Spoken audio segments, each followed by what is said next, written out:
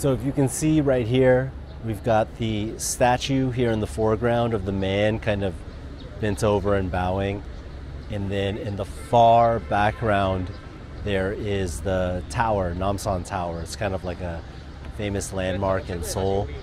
And depending on how you angle the camera, like if you get in a bent position, you can line things up in a way where it looks like the man is sipping on like that needle, almost like a straw. So I like that interplay between those two things.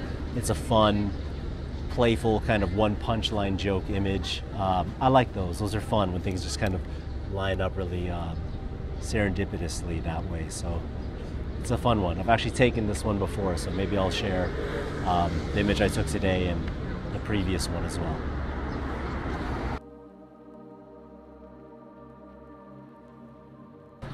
Now, right here, I think people have mixed feelings about taking these types of images, and you always got to listen to what feels right or wrong for you.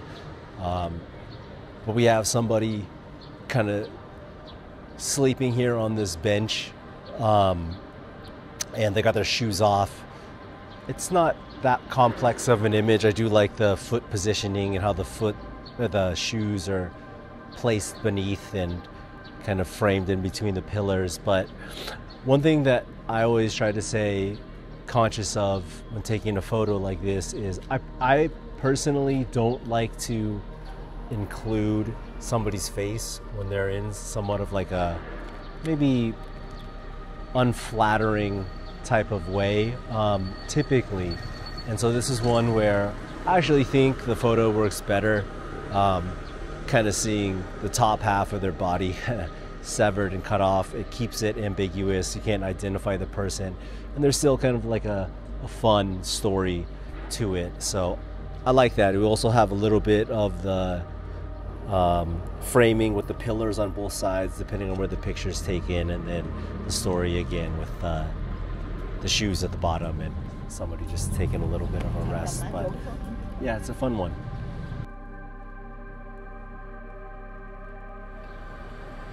So what I was seeing here a second ago is we've got the file of the orange cones, and then you can see like a little helmet there hanging along with the worker who's got the orange baton and the helmet as well. So there's a bit of a matching theme going on with everything. I'm not sure how clear the depiction is in the frame, but that's what I was kind of seeing with those.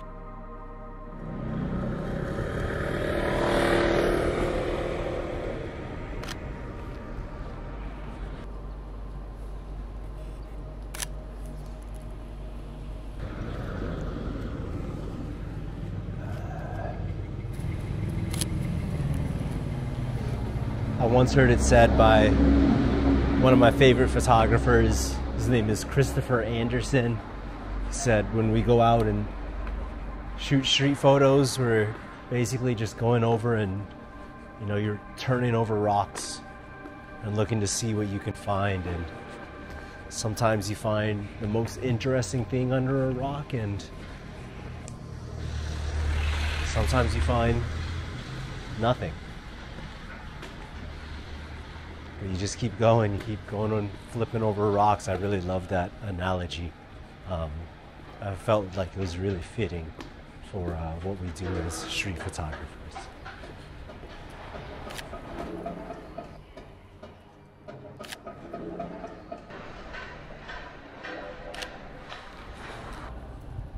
I'm not sure what works here, but I just took some photos because we can see all of this blue and white, and then we have people coming in who are also wearing blue and white, and just that repetition of colors, I think, can look really nice.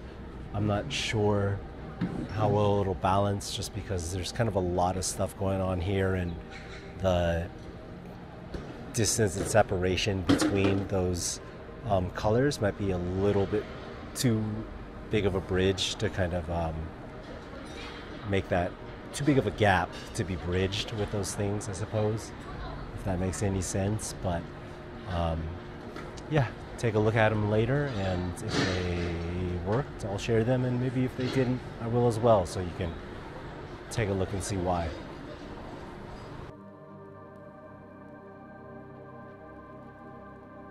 This is just kind of simple and fun. I like the glove placed over whatever this kind of cart is.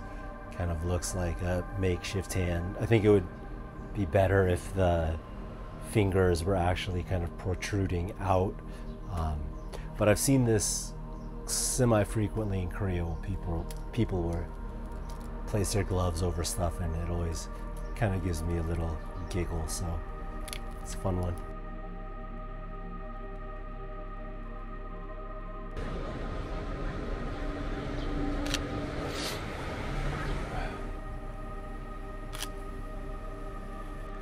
I'm not quite sure how this one will play. It might depend with the lens that I'm using here, but I like this yellow pole sticking out here of the fire hydrant, but in the background there's the shape of the flower on the grate, the door.